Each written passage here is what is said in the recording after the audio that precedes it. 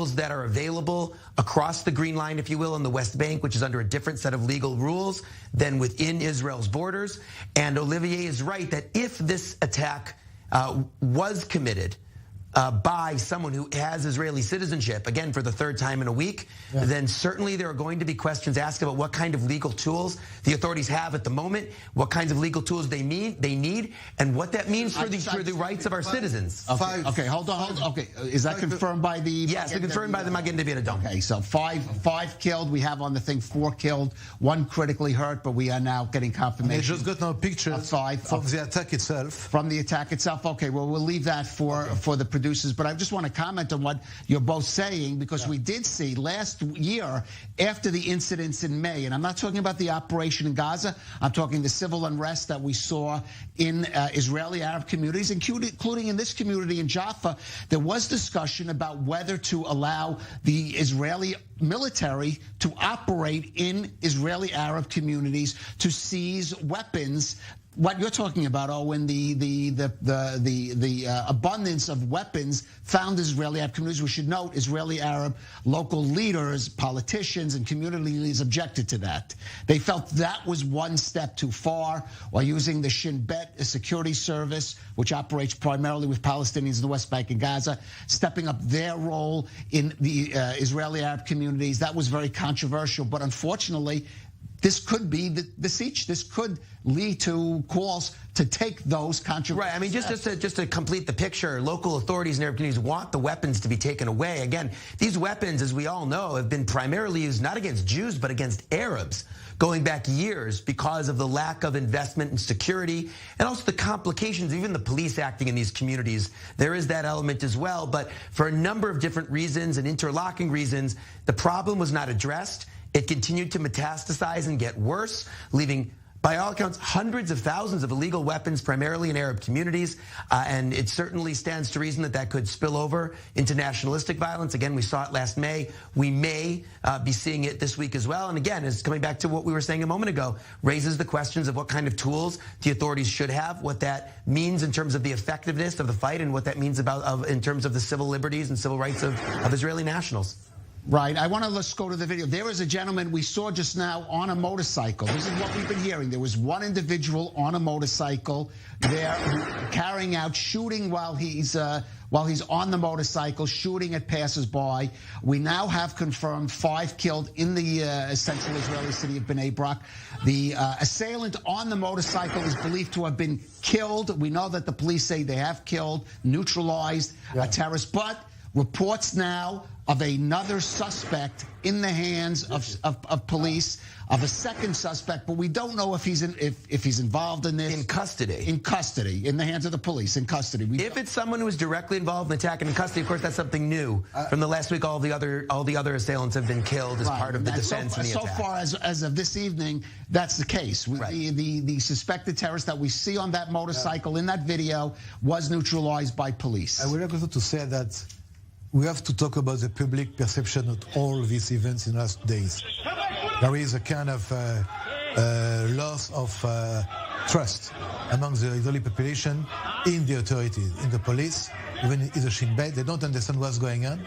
The reactions looked not tough enough from their side against this wave of terror, and it's very important for the government right now, if I may, to take this issue that the people are afraid, or people are very, very worried and are losing their trust in the security forces, because it's a key issue. We cannot disconnect the security forces from the people when the state of Israel is facing such an horrific period. All right, again, we're walking at that scene in Bnei Brak. Certainly you could see a number of paramedics on the scene there. Unfortunately, we know of 5 killed at this point. In the ultra-Orthodox city of Bnei Brak, I'm not sure I remember the last time there was a terror attack in Bnei Brak. Maybe you have to go back to the... I don't know. Of course, the ultra-Orthodox community has suffered greatly from attacks in recent years, particularly in Jerusalem, where they've been specifically targeted because of their being so visibly Jewish in and around the old city.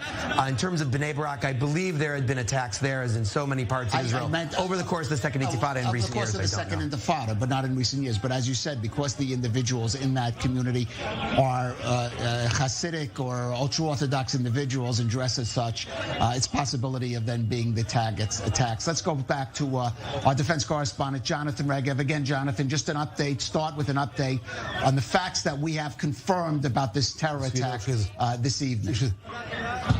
So, 5 dead so far, probably not confirmed. Probably one of them is the attacker. We have by now seen videos of an attacker in the city of Bnei Brak, walking around, running around by foot and shooting with what seems to be an automatic rifle, perhaps an M16, shooting randomly at people on the street. This, of course, raises the possibility that this is a nationalistic motivated incident, someone looking for the random Jewish people on the street to shoot at. This is probably the case. 5 people, as we said, are dead. Probably one of them is the attacker. That is not confirmed at the moment. These are the facts that we're hearing so far from Magen David Adom, the emergency service, the Israel emergency service, and the Israeli police. We also heard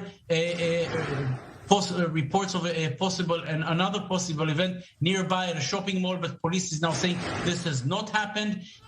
So this is what we know so far. One attacker, we saw him in a few videos walking around, running around the city of Bnei Brak, shooting randomly at people on the streets. Unconfirmed yet if he was acting by himself, if there were other people. We're waiting for more reports from police regarding that. Right, and still an uncertain situation. Jonathan Regev, thank you for that update. But it is starting to emerge, the picture of what happened in Bnei Brak. Certainly, at least this one individual on this motorcycle shooting at people randomly, which certainly pegs it most likely as a terror attack, an nationalist attack. And of course, given the timing, so many factors here following on those 2 attacks, and also, of course, concerns already going into the Ramadan season. We saw Defense Minister Benny Gantz go to Jordan today to speak with King Abdullah about security arrangements on the Temple Mount, or Haram al-Sharif going. But clearly, this is this is a whole new side of what we anticipated, perhaps, and that would be happening. We were worried about East Jerusalem, the West Bank. Now we're talking about the heart of Israel. Yeah, I mean, we still be worried about East Jerusalem and the West Bank. Of course. Even as we talk about the heart of Israel, obviously, it is Hamas that last May was so keen on connecting all of these different parts of our troubled land together in one effort. And, of course, the fear will be that that could succeed again. Although, again, in the West Bank, and even to a large degree in East Jerusalem, the authorities have tools that are not available to them when dealing with attackers who are Israeli citizens, who have a set of rights and who live under a different legal regime. That, again, it means that the authorities have more limitations. And going back to the point Olivia, I think, sadly, rightly raised, to what extent do there need to be changes made to that? But it has to be done so carefully. It has to be done so carefully because, again, these are Israeli citizens who have rights. An overreach in that direction could have a boomerang effect. And it's very, very tricky. A sixth person is very badly wounded.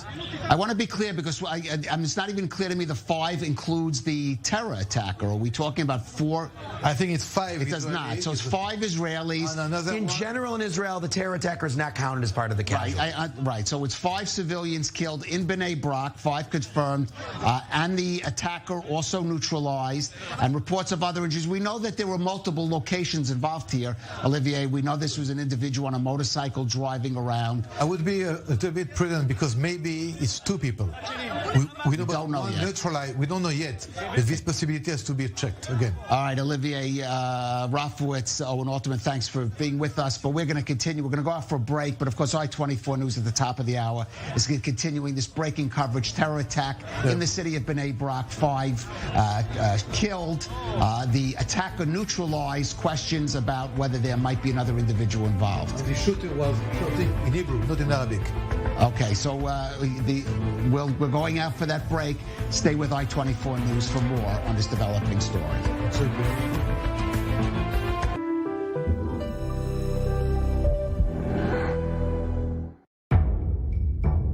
You're just always putting work first.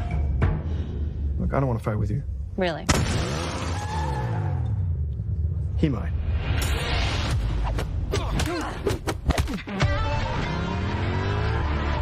We can compromise. Seriously? This is your plan? How about a thank you? Thank you.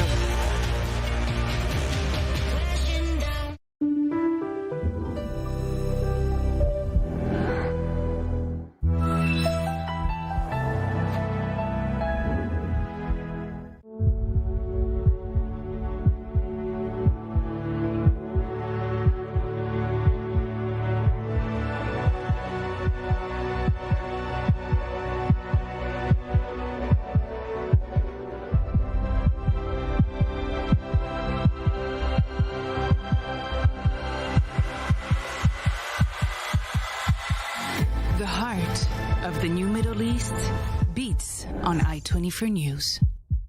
Imagine being able to see into the future. What innovations will change the world as we know it? Join us as we meet the people changing our planet and discover the inventions shaping tomorrow. Israel Business Beat. Sundays and Wednesdays, 9:30 p.m. GMT.